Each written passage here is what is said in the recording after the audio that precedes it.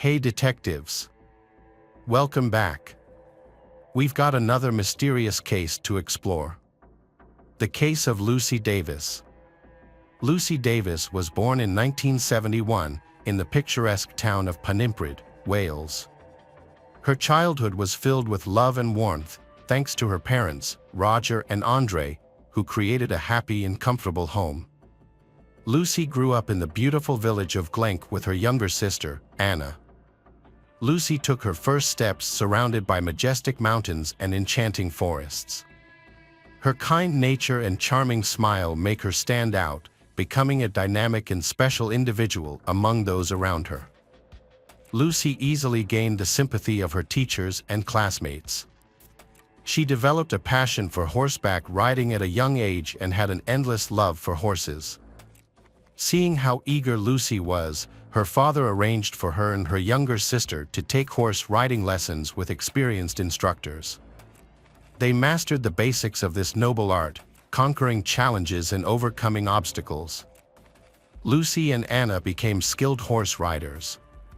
Lucy Davis had a wonderful childhood in Wales, surrounded by the beauty of nature and the love of family and community, which helped her grow and develop. Lucy and Anna developed a passion for horse riding, which not only brought them companions but also taught them valuable life skills such as discipline, self-control, and responsibility. Their talent and perseverance earned them recognition at prestigious competitions, where they won multiple awards. However, Lucy's interests extended beyond horse riding. With a curious mind and a desire for knowledge, Lucy explored other passions, including music. She took flute and piano lessons, diligently honing her skills, and within a year, she had mastered both instruments, captivating audiences with her performances. This led to her joining the Glamorgan Youth Orchestra, where she continued to refine her musical talents. Lucy also participates in the school choir, which allows her to express her creativity and love of music. Lucy Davis's childhood was a balance of fun and dedication, marked by hard work and eager to learn. These qualities formed a strong base that would support her future successes and help her become an extraordinary person. In high school, Lucy became close friends with Garrick Jenkinson, a quiet and enigmatic young man from Wales. Despite not knowing much about his background, but they developed a strong and lasting connection. Garrett and Lucy became closer friends as time passed. However, Garrett secretly harbored romantic feelings for Lucy. After graduating from high school in 1998, Lucy pursued her passion for music and enrolled at the University of Yorkshire in Northern England. She initially aspired to become a music teacher but later realized her true desire was to create art in a major city. This realization led Lucy to meet Grimmy McAllister, whose perspective and humor aligned with hers. As their connection grew, Lucy introduced Grimmy to her parents, Roger and Andre. The introduction was a success, and Lucy's parents saw Grimmy as an ideal partner for their daughter. After careful consideration, Lucy and Grimmy chose to live together and start a family. In 1995, while in college, the couple had a son named James and Anne. To care for their child, Lucy took a break from her studies, while Grimmy continued his education and worked night shifts at the postal sorting department to support their family. Despite the challenges she faced, Lucy was hopeful about their future, driven by her love for her family and her aspirations for a better life. However, spending months at home with the baby took a toll on her, and she began to feel lonely. The fact that she and Grimmy rarely spent time together, due to his night shifts, made the problem even worse. Seeking companionship and someone to talk to, Lucy created a social media account under the nickname Miseria. This virtual outlet allowed her to share her experiences and connect with others. One user in particular caught her attention, Harold Landry, a 53 years old, he from Louisiana who had grown up in poverty and was fixated on achieving independence and success. Harold put in a lot of work and eventually came to an important insight. He understood that real wealth came not from owning oil wells, but from providing the essential tools and machinery needed to keep them running. With this insight, he founded a company that specializes in manufacturing hydraulic equipment for major oil companies in the southern United States. As his business thrived, Harold's fortunes grew, earning him not only financial security but also prestige and, eventually, the status of a billionaire. For Lucy, conversing with Harold was invigorating. She was captivated by his life experiences, dedication, and generosity. However, their relationship was not without its challenges. The significant gaps in their age, social standing, and lifestyle often caused friction between them. When Harold and Lucy first met, Harold's life seemed to be a confusing combination of luxury in many different experiences. He indulged in unusual hobbies, acquired luxury items, and owned real estate on KML Island in Mexico. There is no information about his previous marriages. He was married and divorced twice, but it is not known whether he had children from these marriages. Harold's life underwent a major transformation in 1992. Following his second divorce, he met Geraldine, a woman 20 years his junior, born in 1966 and originally from Mexico. At the time, Geraldine was married to Chris Price and had 2 children. Despite Geraldine being married, but Harold successfully captured her heart. On February 6, 1994, Harold planned a romantic dinner for Geraldine in New Orleans. They employed Christian Hurton as a babysitter for their children, giving them the opportunity to enjoy a romantic evening by themselves, free from childcare responsibilities. After dinner, Harold walked Geraldine home and then offered to drive Christian home as a thank you. Unbeknownst to Harold, Chris Price, Geraldine's husband, had been monitoring the couple's secret affair. Chris, who was watching from his car, decided to confront Harold. He chased after him, finally catching up at a red light. Chris rushed towards Harold, shouting accusations. Harold remained calm, pulled out a gun, and warned Chris to back off. Enraged, Chris dared Harold to shoot. Without hesitation, Harold fired, hitting Chris in the neck. Fortunately, Chris received prompt medical treatment from a nearby hospital, and which saved his life. In 1997, Harold was tried in St. Mary Parish Court for the attempted murder of Chris Price. His lawyer, Pete Fannin, argued that Harold was a victim of a setup. The jury found Harold guilty of aggravated assault with a weapon, and he was sentenced to 5 years in prison. However, after appealing, Harold was released on parole, required to pay a fine and perform community service. Harold was thankful to Pete for his assistance and they formed a friendship. Harold and Chris reached a settlement, but the details of the compensation were kept private. Harold then lived in Covington as a wealthy man, openly discussing his past with Lucy, including his previous failed marriages and a traumatic incident. Lucy became more attracted to Harold after he shared his secrets. She was captivated by his persuasive nature. After Lucy ended her relationship with Grimmy, she and Harold chose to start dating. To shield them from unwanted issues, Harold aimed to steer clear of trouble.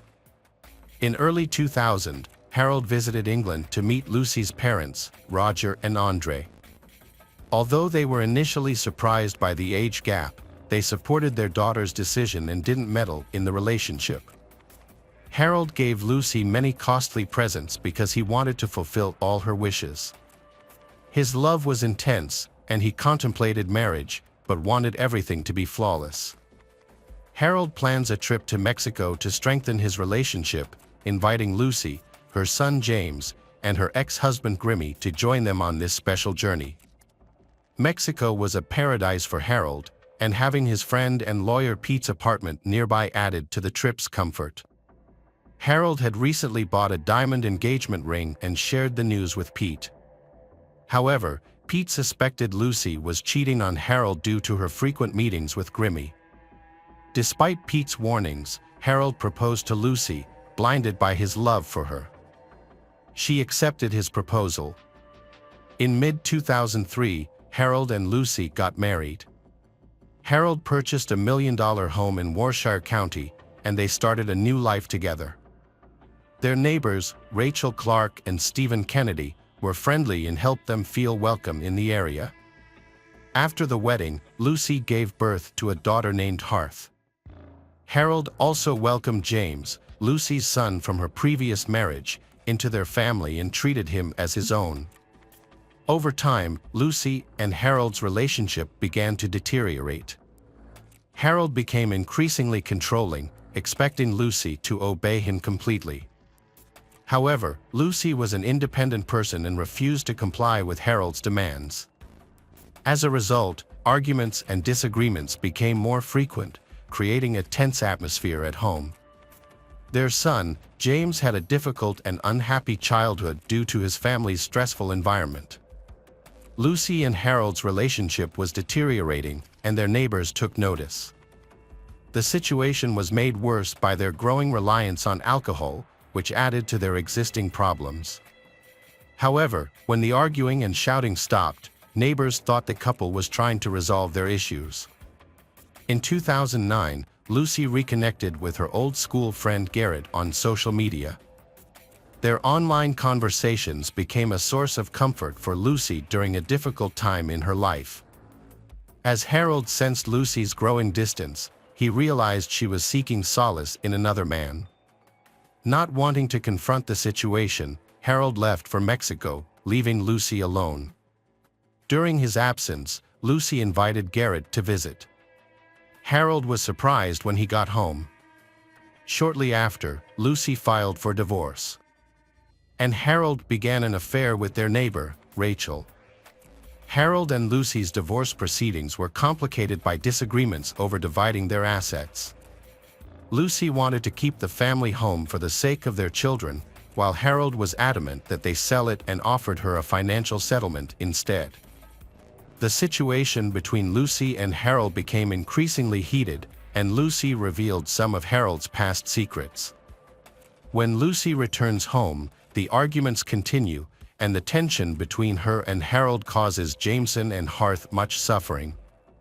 On the evening of Monday, February 1, 2010, Harold was drinking wine when a package intended for his neighbor, Stephen Kennedy, was mistakenly delivered to his address. Later that evening, around 9 p.m., Stephen stopped by Harold's house to collect his package after noticing the delivery notification. Upon arriving, Stephen was greeted by Harold, then Harold offered him a glass of wine. Although Harold had already been drinking and was visibly intoxicated, Stephen accepted the offer. After a brief visit, during which he collected his package and exchanged greetings with Lucy, and Stephen left. Harold and Lucy's argument soon resumed, this time centering on Lucy's plans to buy furniture for her new home.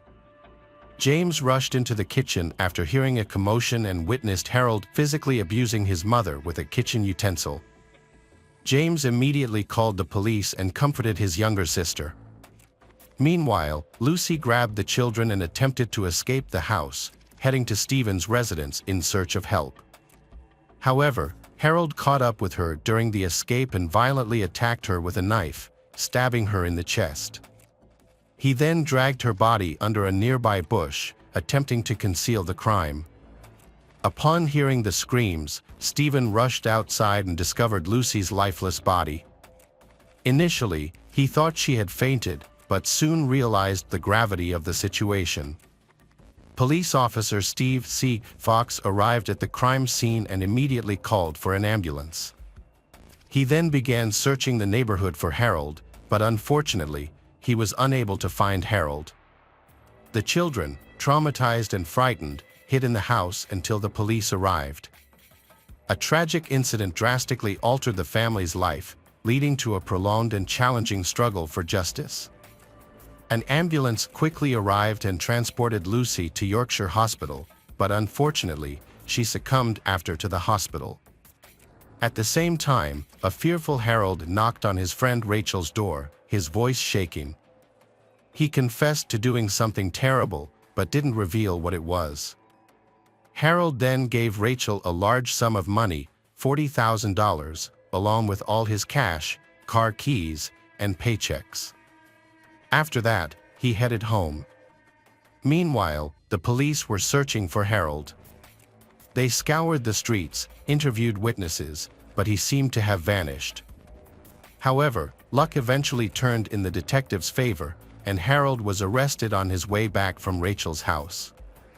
His face, filled with fear and remorse, was telling. Lucy's family, including her parents Roger and Andre, were overcome with grief. In a statement to the press, they expressed their profound sorrow at the loss of their daughter and chose not to make any additional comments. The forensic examination confirmed that Lucy died from multiple stab wounds to the chest. The investigation relied heavily on evidence discovered at the crime scene and a key eyewitness account from James, Lucy's son, who saw the tragic event unfold.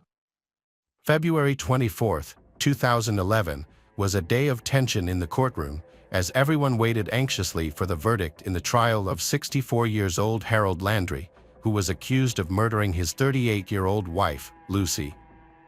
The jury had just delivered their guilty verdict, and the air was thick with bitterness and loss. Harold should have been Lucy's rock and protector, stood accused of her murder.